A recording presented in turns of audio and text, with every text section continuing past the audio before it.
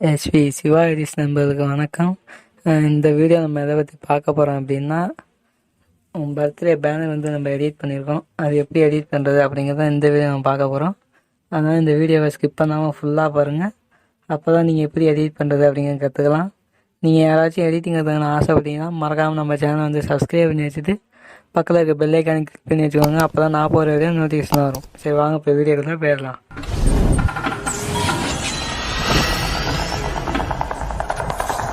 ஆப்பை ஓப்பன் பண்ணால் இந்த மாதிரி தான் இன்டர்ஃபேஸ் இருக்கும். இதில் வந்து ஃபஸ்ட்டு ப்ளஸ் ஐக்கானை கொடுத்தீங்கன்னா இந்த மாதிரி தான் வரும். அடுத்து பேக்ரவுண்ட்ஸுங்கிறத கொடுங்க. இதில் வந்து நீங்கள் ஒயிட் கலருங்கிறத சூஸ் பண்ணிக்கோங்க. ஃபஸ்ட்டு டூல்ஸ்னு ஒரு ஆப்ஷன் இருக்கும், அதை கிளிக் பண்ணிக்கோங்க. அதை கிளிக் பண்ணால் க்ராப்னு இருக்கும். இதில் வந்து உங்களுக்கு என்ன சைஸ் தேவையோ அந்த சைஸை சூஸ் பண்ணிட்டு ஓகேங்கிறத செட் பண்ணிக்கோங்க. இப்போ வந்து நம்ம ஆட் ஃபோட்டோங்கிறது போகிறோம். இதில் வந்து இந்த 2 பேக்ரவுண்டு, அந்த இமேஜ் உங்களுக்கு தான் பர்த்டே, அதனால் இந்த இமேஜை நம்ம வந்து எடுத்துருக்கோம். அதனால் ஃபஸ்ட்டு இந்த இமேஜ் வந்து இந்த மாதிரி ஃபுல்லாங்கிறத செட் பண்ணிக்கோங்க. ஒன் சைடு கலர் வர மாதிரி, ஒன் சைடு ஒயிட் கலராக இருக்கிற மாதிரி இந்த மாதிரி செட் பண்ணிக்கோங்க. அது செட் பண்ணதுக்கப்புறமா கரெக்டாக ஃபுல்லாங்கிறத நீங்கள் செட் பண்ணிக்கணும். இந்த மாதிரி ஃபுல்லாங்கிறத நீங்கள் வந்து செட் பண்ணிவிட்டு அடுத்து இந்த இமேஜ் வந்து நம்ம எடுத்து இந்த மாதிரி லெஃப்ட் சைடு நம்ம வந்து பெருசாக செட் பண்ண போகிறோம். கரெக்டாக இந்த மாதிரி ஃபுல்லாங்கிறத செட் பண்ணிக்கோங்க. செட் பண்ணிட்டு இப்போ வந்து கீழே ஸ்க்ரால் பண்ணிங்கன்னா ஷேடோன்னு ஒரு ஆப்ஷன் இருக்கும்.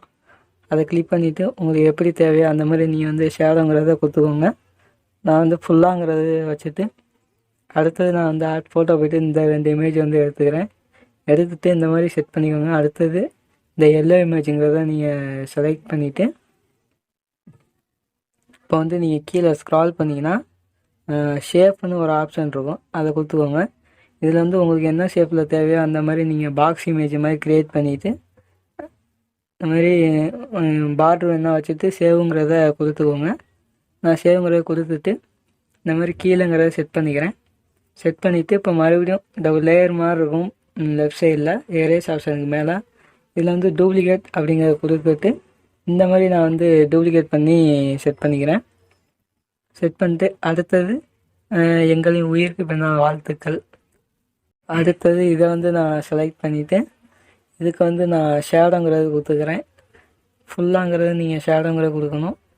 அப்போ தான் அது பார்க்கறதுக்கு கொஞ்சம் டீசெண்டாக இருக்கும். இந்த மாதிரி கொடுத்துட்டு இப்போ வந்து எல்லாம் கரெக்டாக இருக்கா அப்படிங்கிறத பார்த்துட்டு ஓகேங்கிறத நீங்கள் செட் பண்ணிக்கோங்க. செட் பண்ணிவிட்டு இப்போ வந்து நம்ம பர்த்டே டேட்டுங்கிறத நம்ம செட் பண்ணணும்.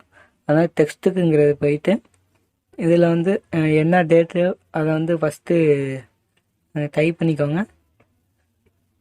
22 ஏதோ ஒரு டேட்டு டைப் பண்ணிவிட்டு அப்புறம் இந்த ஏரோ மார்க்கும் அதை கொடுத்துட்டு என்ன மாதமோ அதை நீங்கள் வந்து டைப் பண்ணிக்கோங்க.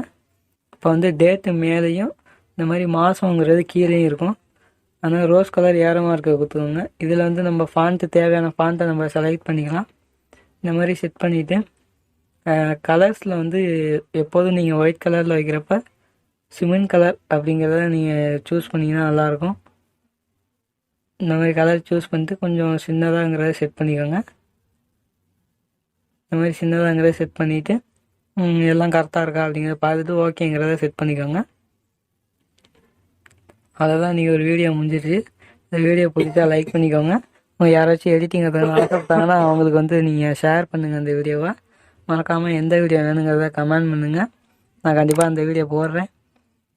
இன்னும் நீங்கள் சப்ஸ்கிரைப் பண்ணால் மறக்காமல் சப்ஸ்கிரைப் பண்ணிவிட்டு பக்கத்தில் இருக்க பெல் ஐக்கானை கிளிக் பண்ணி வச்சுக்கோங்க. அப்போ தான் நான் போகிற வரையும் நோட்டிஃபிகேஷன் ஆகும். சரி, அடுத்த வீடியோவில் பார்ப்போம்.